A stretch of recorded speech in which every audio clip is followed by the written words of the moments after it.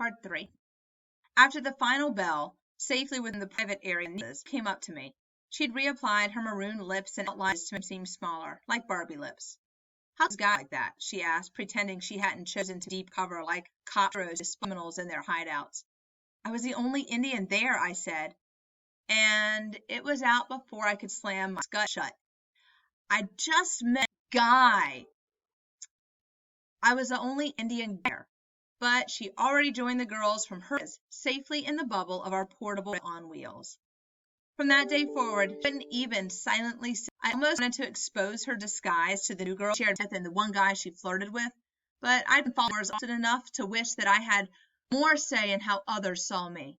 Where I sat, she made sure to walk, not even snapping her deep tongue, really long stored back in her suitcase. Our classes were briefly segregated. We were supposed to cover a very special unit. They might as well call it the line drawings of adult with joined us in Mr. Corker's room. If your parents didn't sign the permission slip, you were shipped off and maybe conduct your own solo research on puberty. That week, I had a chance to talk. Bill and Andy Cruz, those two cousins I sometimes hung out with, flopped down next to me. It wasn't hard for them to find seats. TV chimps and the other kids afraid of the big an armada of empty desks around. Marco speculated that the other chimps that Mr. Corker might face. Carson Mastic's dad more intense mags than the boy. No way was Mr. Corker going to pass those around to a bunch of 7th grade guys. Corker shut the door and positioned his overhead projector. Was our teacher really going to talk about boners or even say the word boner aloud? They put the transparency on the projector and turned it on, and I figured we were safely away from such talk. Just like the other illustrations that we'd been shown, the simple drawing didn't look like anyone's anatomy I'd ever seen. It resembled clogged drains in the liquid plumber commercials, except here the downward drooping pipe had a stubby rounded end. The drawing had arrows pointing to specific parts. We were each extremely well versed in these particular parts on our own, but it was serious that none of us had ever used the alien at the end of each arrow tip. Like the stomach dress illustration, the main organ in this drawing, the color of shrimp cocktail, handed out and feet, but at the ends of the arrows the words were missing. He told us to copy off the projection and memorize the new words. No improvising with colorful language now. We are young men growing mature. I suspected that he hated this unit the most, even worse than the recent learning to spot and treat lice unit. Part of that maturity is using proper names. We wrote the new words, passed our sheets forward, and waited. The next transparency worksheet combo included the distribution of 2 slim boxes of colored pencils. I knew for sure it was the week Corker hated the most. This worksheet, a line drawn naked generic features and similar stubby equipment. On screen, projected naked line drawing boy was also shrimp cocktail pink. Corker hit the screen with his rubber tip pointer. Right around now, changes started happening. In his most soothing voice, he assured us that these changes were perfectly natural and perfectly normal. Our voices would crack lower, our Adam's apples would start sticking out, we might get zits, we'd probably want to choose deodorant to use every day, circling back to the hygiene unit. These changes had happened to me when I was 10. Even if I hadn't been a year older than everyone else in my class, this update would still have been old news to me. And now, he said, as I mentioned, this may have already started happening with some of you guys, and I don't need to know. Keep that info to yourself, please. But this will happen. He dropped an overlay on top of Naked Pink Boy. On the screen, shapeless, light brown blobs were now projected in Naked Pink Boy's pits and around his stubby pipe. Must have his hands in these places that didn't usually get tanned. Come on, boys. Some of you are already trying hard to start peach fuzz dash.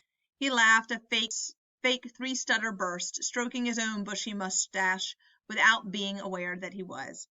As the 2 slim boxes came my way, I slid a colored pen from each and passed the boxes to Bill and Andy. The boxes were not assortments.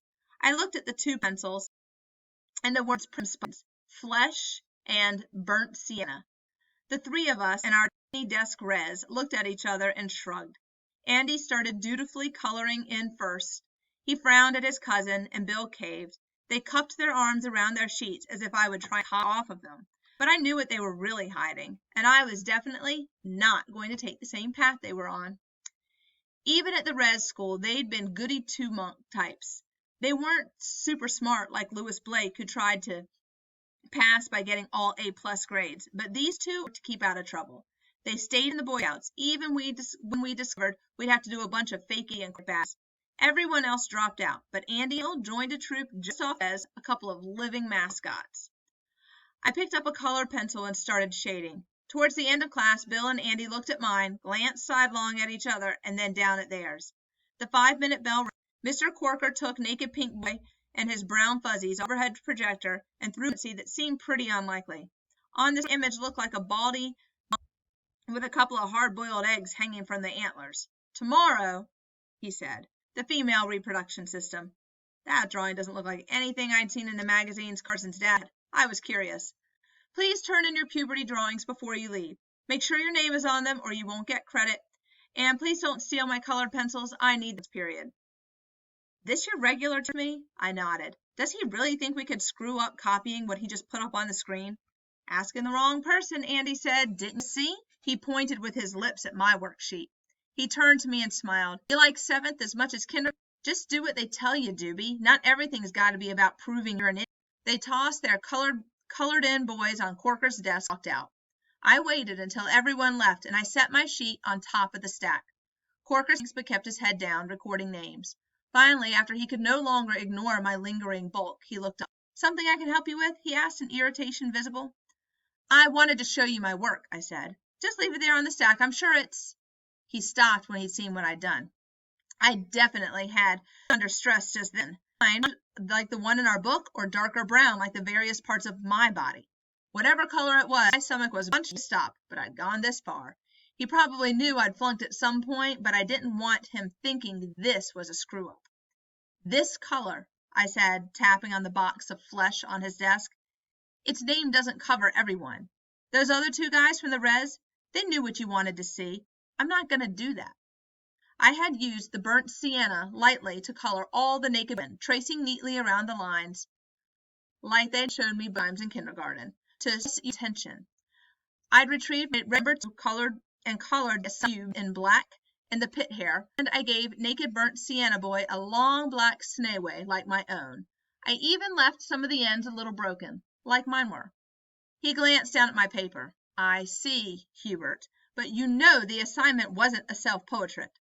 It was if you were white, I said. My instructions were clear. I followed the instructions, I said. If only Haley could hear how tough I was now. I had screwed up with her, accidentally making her feel gone. I hadn't found the words to tell her what I meant. When I didn't speak up in class, it wasn't that I was afraid of Marco and Tom. I could pound their TV chimp asses if I wanted to. But even not laying a hand on them, I'd be the one blamed for making the trouble. They'd skip on through like they always did, and they didn't get that bold overnight. In the same way, Billy and Andy didn't become Boy Scouts rule followers overnight either.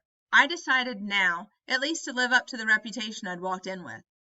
Your pencils only allow for one kind of boy, I said, tapping Andy's naked pink boy with the burnt sienna pubes.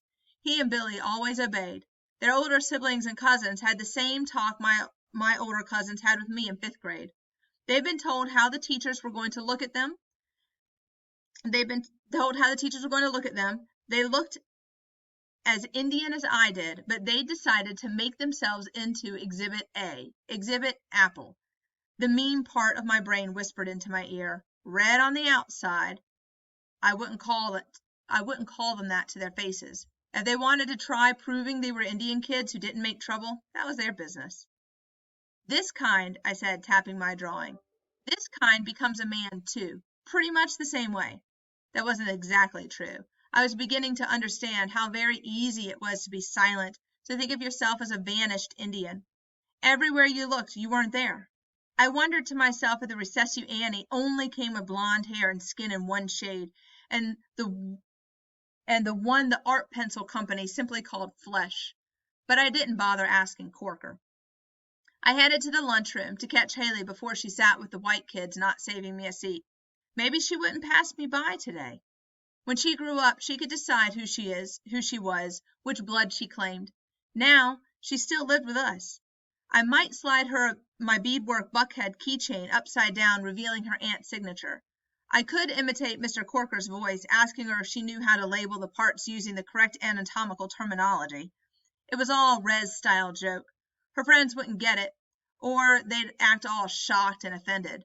With luck, I'd get her to laugh with me at the stuff that she used to find funny. Then maybe her makeup would smudge, just a bit.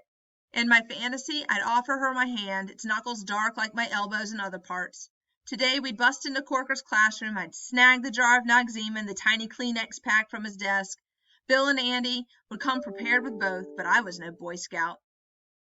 I could pass these things to her, even beyond our res bus. Maybe she'd wipe away the glittering pale layers that she'd learned to build up, practicing on those giant Barbie heads. I glimpsed the Indian girl I used to know. I looked into those dark brown eyes, pressed my fingers lightly to her neck, where the makeup was thinner, and lingered to feel a pulse. Go ahead and summarize part 3 on your documents.